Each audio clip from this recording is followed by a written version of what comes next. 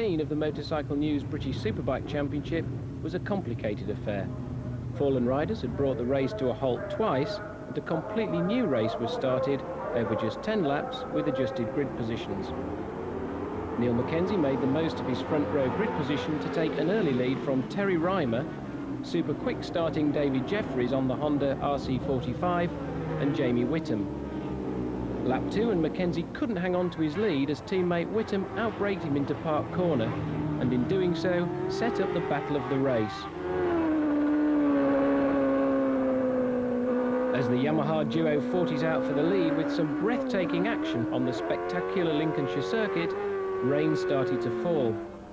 Ray Stringer and Jim Moody were just two of the riders who signalled to officials for the race to be stopped, as they felt the track conditions were becoming too dangerous. And indeed the race was stopped with just 5 laps gone, much to the dismay of David Jeffries, who in 4th felt he could have finished higher.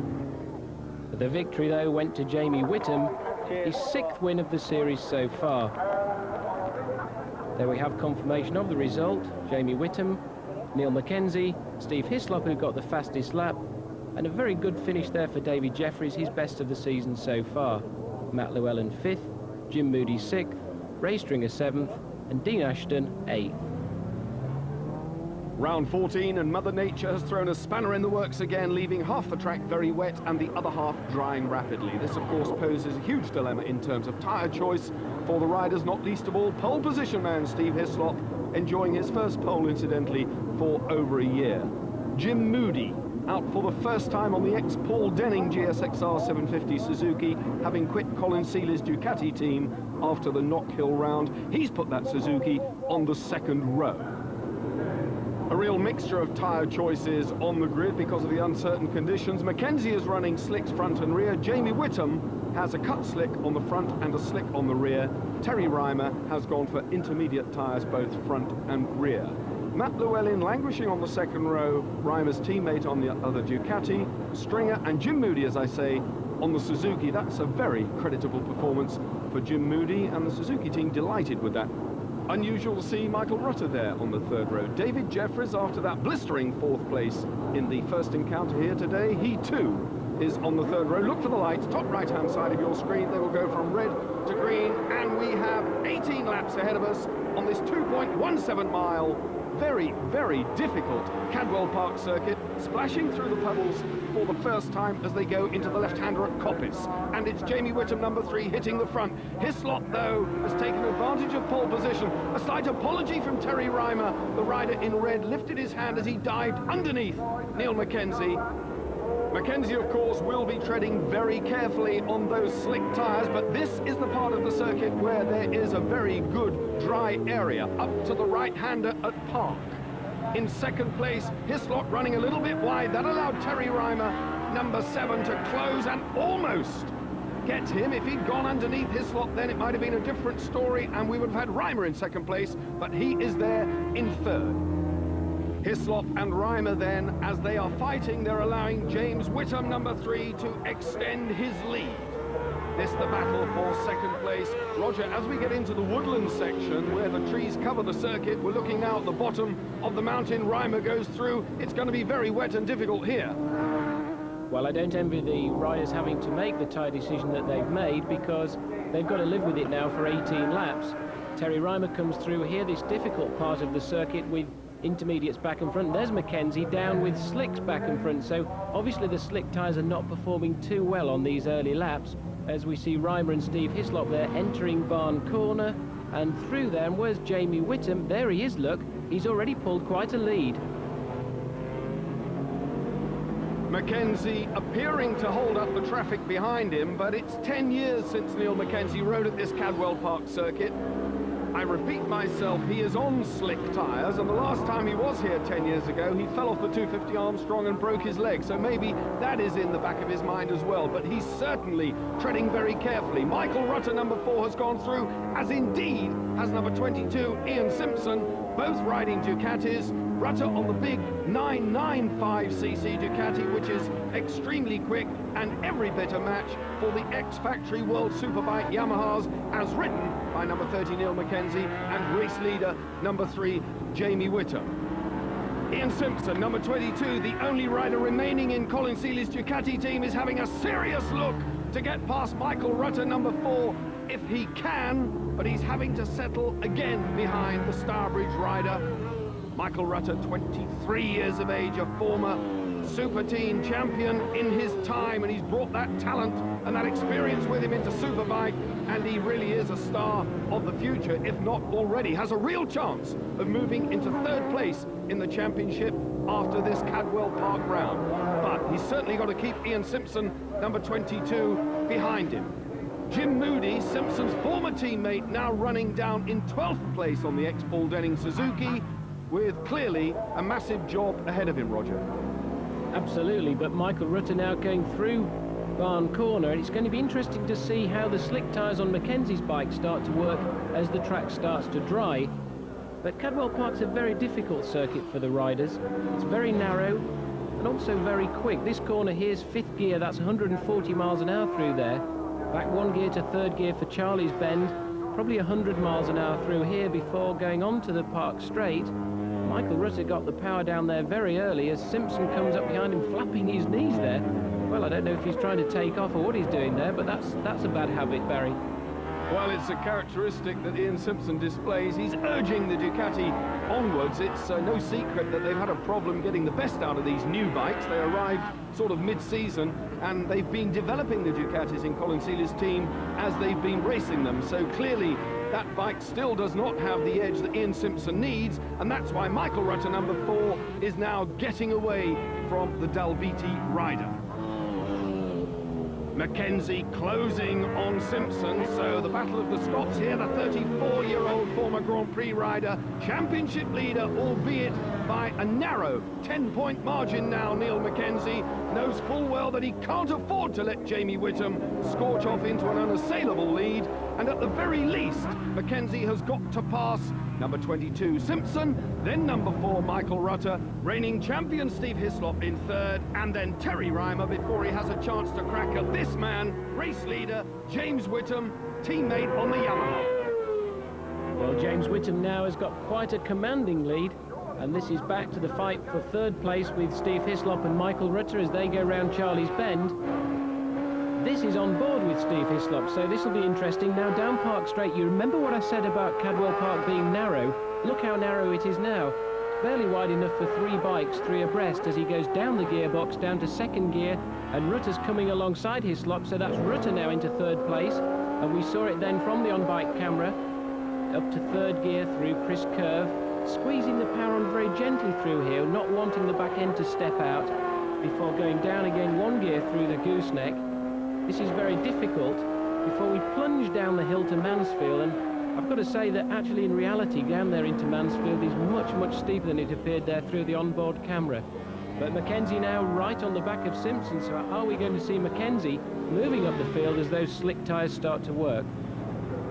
The drying track conditions working now to Neil Mackenzie's advantage. He is in 6th place, so Simpson in 5th, about to fall under the Mackenzie hammer, I suspect, but they don't want to tangle. Mackenzie's got to stay out of trouble, shadowing Ian Simpson through the trees, and David Jeffries will not add to his 4th place in round 13 because he's in the straw bales, fit and well, but that RC45 Honda will not go again today at Cadwell. Another retirement. John Ward retires his Ducati, a relatively new name for us here on Grandstand in Motorcycle News British Superbike Racing, but the pace is hotting up. Mackenzie means business. He is still in 6th, and the others are getting away. That ex-factory World Superbike Yamaha, acquired for the 2 riders by team manager Rob McElnay at the end of the 1995 season, is very quick, and Mackenzie and Simpson side by side up to Park. That is also where Michael Rutter's Ducati is phenomenally fast, and I think that Neil Mackenzie, number 30, will have something more of a difficult job to do, I think, Roger, to get past Michael Rutter. It won't be quite that easy.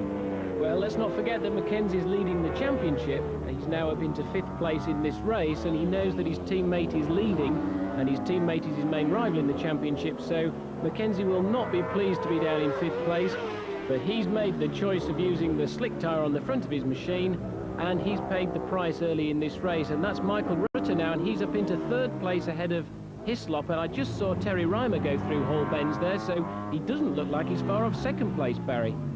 It's a fine ride by Rutter, but reigning champion Steve Hislop is now coming under increasing pressure from fellow Scot Neil Mackenzie, and coincidentally the ex-John Reynolds World Superbike Kawasaki that Hislop is riding is a machine that he has actually competed against in the 1995 season, because in his Ducati days, as Mackenzie goes past Hislop, Mackenzie goes up yet another place, and ahead of him now is Michael Rutter.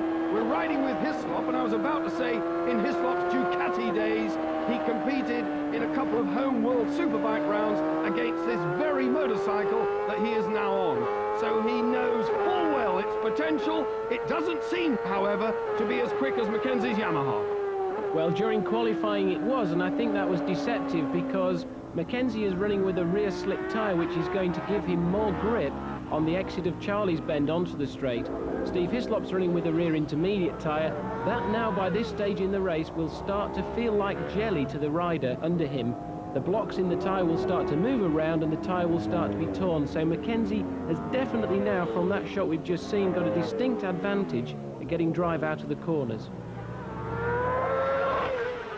Wow, James Whittam leaping into view over the top of the hill. He's at the hairpin. There is a dry line appearing in even this tree-covered part of the circuit now. That will certainly work to Mackenzie's advantage, but Whittam has a huge cushion now. The margin, something in the region of 13 seconds.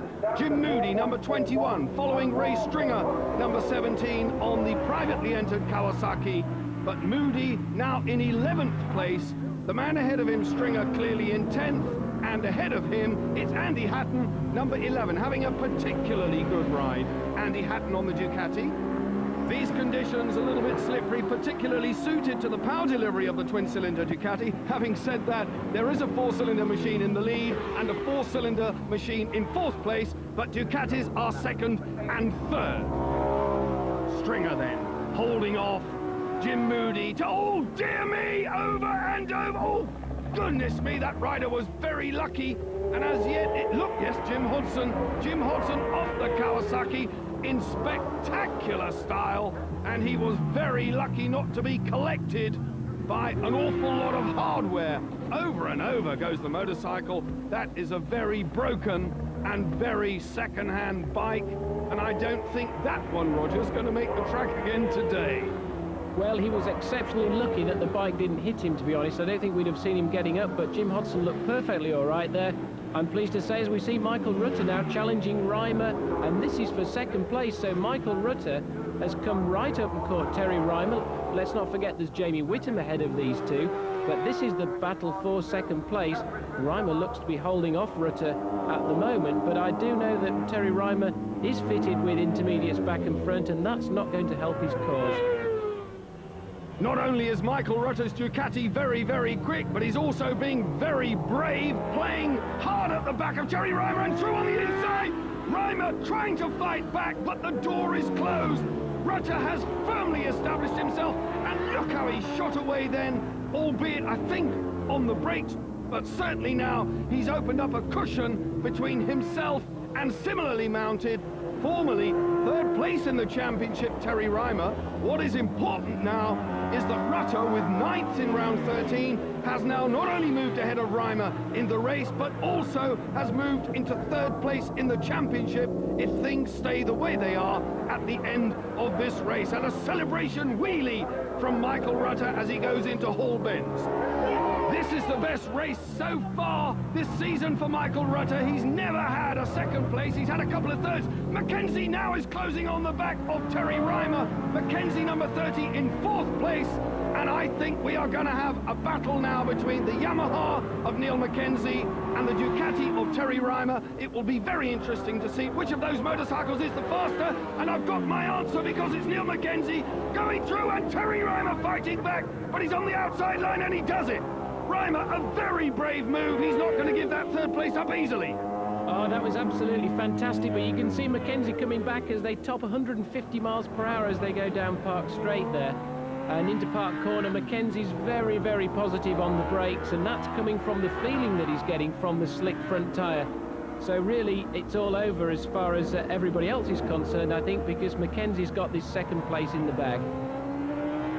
Well, you say in the bag, he's got to overhaul Michael Rutter. I know Michael Rutter is running on tyres which are no longer compatible with this ever-drying circuit. It's almost totally dry apart from the woodland section. Looking left, looking right, ducking and weaving Neil Mackenzie at the bottom of the mountain. Now the right-hander as they rise over the crest. It'll be a wheelie from Rutter, a wheelie from Mackenzie into Hall Bends. The Ducati front wheel pops up again from the number 4 bike of Rutter, and Mackenzie is hunting him down remorselessly at the hairpin. They are staying close to that very tight dry line. Roger, how difficult is it to stay on a narrow 1 metre wide strip?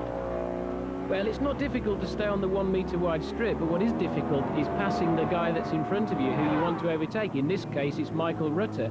So Mackenzie, to pass him, has got to go off the dry line onto the damp part of the track, which he won't want to do on the woodland part of the circuit. Now, we may see him now as we go round Charlie's Corner onto Park Straight, try and challenge Michael Rutter at the end of this straight, but Mackenzie's winding the power on now, and he's coming alongside Michael Rutter. This will be interesting because we haven't seen a bike that's any faster than Mackenzie's so far in this race, and Mackenzie still not able to pass Rutter there as they approach Park Corner. So Mackenzie said, oh my word, and he's gone underneath Rutter, nearly pushing Michael Rutter out, and Rutter won't be pleased with that at all, and Mackenzie gives him a wave as much to say, well, I am sorry, Michael, but now through the gooseneck, Mackenzie surely on his way to secure second spot now, but I don't think he's going to catch Jamie Whittam. To take your point, Roger, I think Michael Rutter's Ducati, the John Hackett prepared and tuned Ducati, was every bit as quick as Neil Mackenzie's Yamaha, but Mackenzie is charging hard, and this man, James Whittam, number 3, has been quoted as saying that he is amazed just how hard charging his Yamaha teammate is at the age of 34. James Whittam said, I thought he'd just be coasting through this championship and not taking any chances, but if you cast your minds back to the Thruxton round where Neil Mackenzie charged over the curb in desperation, then everything James Whittam is saying has proven to be correct. The battle of the Scots. Ian Simpson, number 22, reigning champion Steve Hislop on the Kawasaki. Ducati versus Kawasaki battle. Hislop now fighting back. Oh dear me, it's unbelievably close. And he's indicating to Ian Simpson, I'm sure he is saying to Simpson, you have a problem. And Simpson has got the message. He's looking down to see what that problem is. Could be an oil leak. Could be that Hislop was getting oil mist on his visor, but he certainly was in a hurry to get past Ian Simpson and let him know that there was something ailing with the Ducati. On the last lap then, a clear lead by James Whittam, but his teammate Neil Mackenzie now firmly established in second place, and it will bring the championship lead down to just 5 points for Mackenzie with 6 races, 3 events remaining. The crowd already know that James Whittam has his double for the day wrapped up. He's almost doing celebration wheelies on the final lap, and what an outstanding performance yet again from the Huddersfield rider. He really has won the hearts of the crowd, the hearts, I hope, of you, the television audience, and the checkered flag is out. Whittam, after 18 very, very difficult laps of the Cadwell Park circuit, takes the win, and there is the traditional celebration wheelie. Confirmation, Mackenzie then in second place, Whittam got the win, a hard-fought third again for Michael Rutter, relegating Terry Reimer to 4th. Hislop 5th, he'll be pleased with that. Simpson, Dean Ashton, a very creditable 7th place for Ashton, his second good result of the day, and Matt Llewellyn in 8th place.